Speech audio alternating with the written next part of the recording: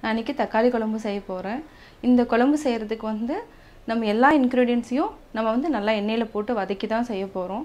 நான் இந்த வீடியோல சொல்றேன் எப்படி செய்யிறதுன்னு வாங்க பார்க்கலாம். இன்னைக்கு தக்காளி குழம்பு செய்ய போறோம். தேவையான பொருட்கள் என்னன்னா இப்போ தக்காளி வந்து 5 எடுத்துர்க்கேன். சின்ன வெங்காயம் ஒரு 50 grams எடுத்துர்க்கேன். பூண்டு ஒரு 10 பல் எடுத்துர்க்கேன். அதே மாதிரி தேங்காய் வந்து கொஞ்சமா இருந்தா போதும். ஒரு 1/4 மூடி இருந்தாவே போதும். உடைச்ச கடலை 1 ஸ்பூன், சோம்பு 1/2 ஸ்பூன், சீரகம் 1/2 ஸ்பூன், மிளகு 1/2 ஸ்பூன். அப்புறம் வரமிளகாய் 2 காரத்துக்கு எடுத்துர்க்கேன். பெப்பர் வந்து 1/2 ஸ்பூன் எடுத்ததனால 2 வரமிளகாய் எடுத்துர்க்கேன். இதுல வந்து என்னன்னா தக்காளி வந்து நம்ம 4 எடுத்தனா சின்ன வெங்காயத்தை குறைச்சிரணும். ஏன்னா தக்காளி குழம்புங்கிறதுனால தக்காளி கொஞ்சம் ஜாஸ்தி வேணும். அது பார்த்துக்கோங்க. தேவையான அளவு நீங்க போட்டுக்கோங்க. தாளிக்கிறதுக்கு ஆயில் வந்து தேவையான அளவு, கடுகு, கறிவேப்பிலை, தேவையான அளவு உப்பு. அவ்வளவுதான். இப்போ எப்படி செய்யறதுங்கறத பார்க்கலாம். கடாய் நல்லா காஞ்சிருச்சு. இப்போ ஆயில் ஊத்திக்கலாம். 2 டேபிள் ஸ்பூன் போதும். பெப்பர், சோம்பு, சீரகம் எல்லாத்தையும் போட்டுறலாம்.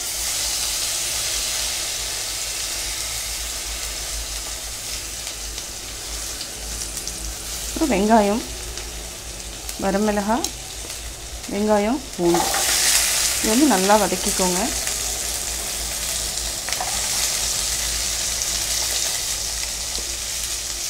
வெங்காயம் கொஞ்சமாக இருந்தால் போதும். இது வந்து ஈஸியாக நம்ம குக் பண்ணலாம். எல்லாத்தையும் நம்ம ஒன்றா அப்படியே வதக்கிட்டு அப்படியே அரைச்சிட்டு தாளித்து மட்டும் ஊற்றினா போதும்.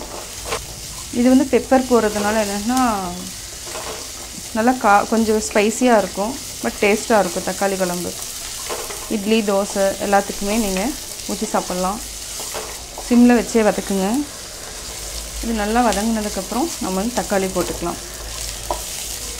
இன்னும் கொஞ்சம் வெங்காயம் வந்து நல்லா வதங்கணும்.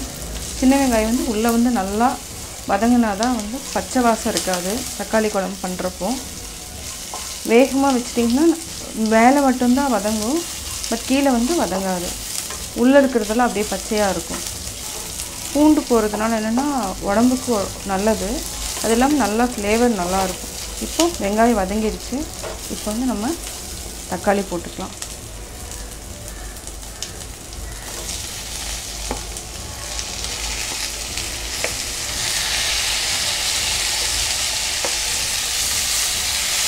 இது எல்லாத்தையுமே நம்ம ஒன்றா வதக்குறோம். நார்மலாக தக்காளி குழம்புல தனித்தனியாக வதக்குவோம்.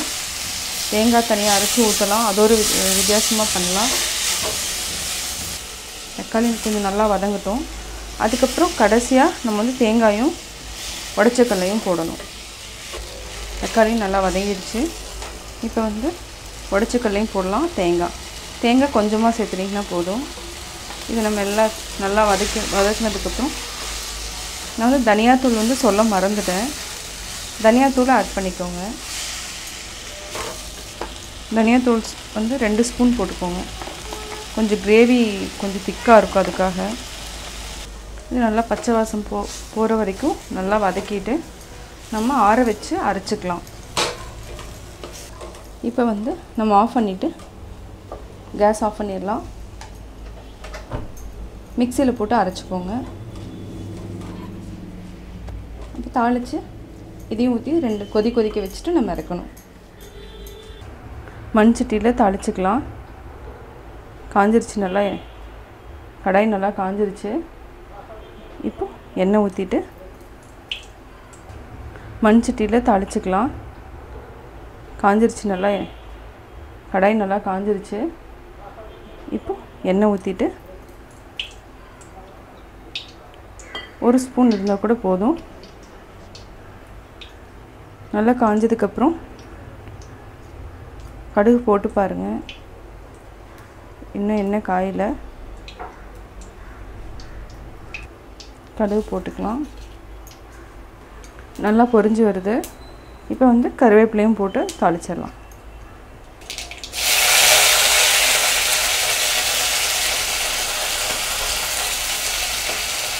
இப்போ நம்ம அரைச்சிட்டோம். ஆற வச்சு அரைச்சிட்டோம். இது அப்படியே நம்ம ஊற்றலாம்.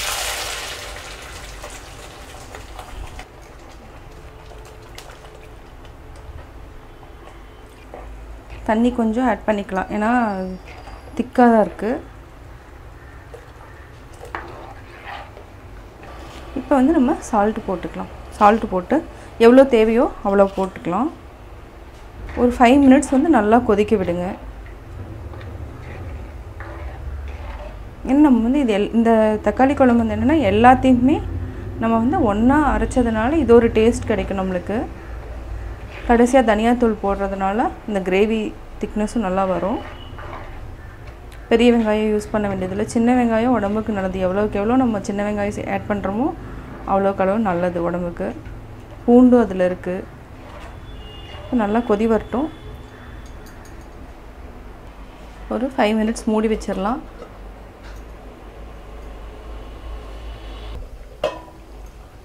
இப்போது தக்காளி குழம்பு ரெடி ஆகிடுச்சு. நல்லா கொதிச்சிருச்சு. உப்பு எல்லாம் செக் பண்ணிக்கோங்க. கேஸ் ஆஃப் பண்ணிடலாம். நான் தக்காளி குழம்பு எப்படி செஞ்சேங்கிறத நீங்கள் பார்த்தீங்க. இந்த குழம்பு வந்து இட்லி தோசைக்கு செம்ம காம்பினேஷன். நீங்கள் வீட்டில் செஞ்சு பார்த்துட்டு உங்களோட கமெண்ட்ஸ் எனக்கு சொல்லுங்கள். பிடிச்சிருந்தா லைக் பண்ணுங்கள். மறக்காமல் சப்ஸ்கிரைப் பண்ணுங்கள்.